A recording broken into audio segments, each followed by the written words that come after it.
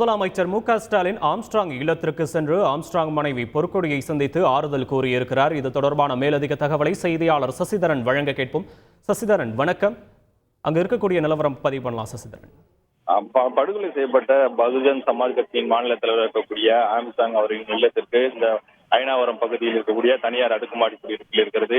இரண்டாவது தளத்தில் இருக்கக்கூடிய அவரது இல்லத்திற்கு தமிழக முதல்வர் சற்று நேரத்திற்கு முன்பாக நேரில் வந்து ஆறுதல் கூறிவிட்டு சென்றிருக்கிறார். அவரது மனைவி மற்றும் குழந்தை ஆகிய இருவரிடமும் ஆறுதல் கூறுகிறார். மற்ற உறவினர்களிடமும் ஆறுதல் கூறி தங்களுடைய இழப்பு பேரிழப்பாக பார்க்கப்படுகிறது. தங்கள் இழப்பை ஈடு செய்ய முடியாது எனவும் முதல்வர் ஆறுதல் கூறியதாக கூறப்படுகிறது. இந்த நிலையில் அவருடன் இந்து சமய அறநிலையத்துறை அமைச்சர் சேகர் பாபு இருக்கிறார்.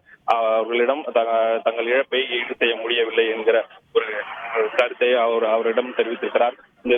மேலும் இந்த படுகொலை செய்யப்பட்ட சம்பவத்தில் உரிய நடவடிக்கை எடுக்கப்படும் எனவும் அவர்களுக்கு உத்தரவாதம் அளிக்கப்பட்டதாக கூறப்படுகிறது. இதனையடுத்து சுமார் 10 நிமிடம் அவரது குடும்பத்தார் மற்றும் உறவினர்கள் அந்த குடியிருப்பு வாசிகளிடம் அவர் ஆம்ஸ்ட்ராங் எவ்வாறெல்லாம் பழகியிருக்கிறார் என்பது குறித்தான தகவல்களை கேட்கப்பட்டிருக்கிறார்கள். முதல்வர் வருகை திடீர் வருகை என்பதால் போலீசாரின் பாதுகாப்பு முடிந்த அளவுக்கு கீழே போடப்பட்டிருக்கிறது. குடியிருப்பு பகுதியில் முதல்வர் வருவதை விட்டு உடனடியாக அனைவரும் முதல்வரை சந்திக்க கூடியிருந்தார்கள். தற்போது ஒரு 5 முதல் 10 நிமிடம் அவரது குடும்பத்தாரிடம் நேரில் சந்தித்து ஆறுதல் கூறிவிட்டு முதல்வர் சற்று நேரத்துக்கு முன்பாக புறப்பட்டு சென்றிருக்கிறார். இங்கிருந்து சாலை மார்க்கமாக ஆழ்வார்பேட்டையில் இருக்கக்கூடிய அவர் இல்லத்திற்கு செல்கிறார். தமிழக முதலமைச்சர் தமிழக பகுஜன் சமாஜ் கட்சி தலைவர் ஆம்ஸ்ட்ராங் கொலை செய்யப்பட்ட சம்பவத்தை தொடர்ந்து அவரது குடும்பத்தாரிடையே நேரடியாக சந்தித்து அந்த ஆறுதல் கூறும் காட்சியை தான் தற்போது பார்த்துக் கொண்டிருக்கிறீர்கள். கடந்த 3 தினங்களுக்கு முன்பாக அவரது பெரம்பூரில் உள்ள அவரது வீடு புதிதாக கட்டி வரக்கூடிய அவருடைய வீடை பார்வையிட சென்ற போது கிட்டத்தட்ட ஒரு 8 பேர் கொண்ட கும்பலால் படுகொலை செய்யப்பட்டார். இதனைத் தொடர்ந்து உடனடியாக துரிதமாக செயல்பட்ட மாநகர காவல்துறை இது தொடர்பாக அண்ணாநகர் காவல் நிலையத்தில் சரணடைந்த சுமார் 8 ஆற்காடு பிரபல ரவுடி ஆற்காடு சுரேஷின் தம்பி உட்பட 8 பேரிடம் தீவிர விசாரணை நடத்தினர். இதனைத் தொடர்ந்து படிக்கப்படியாக நடத்தப்பட்ட கொலை என்பது முதற்கட்ட விசாரணையில் தகவல் வெளியானது. தொடர்ந்து இது தொடர்பாக மேலும் 3 வரை கைது செய்து விசாரணை நடத்தி வருகிறார்கள்.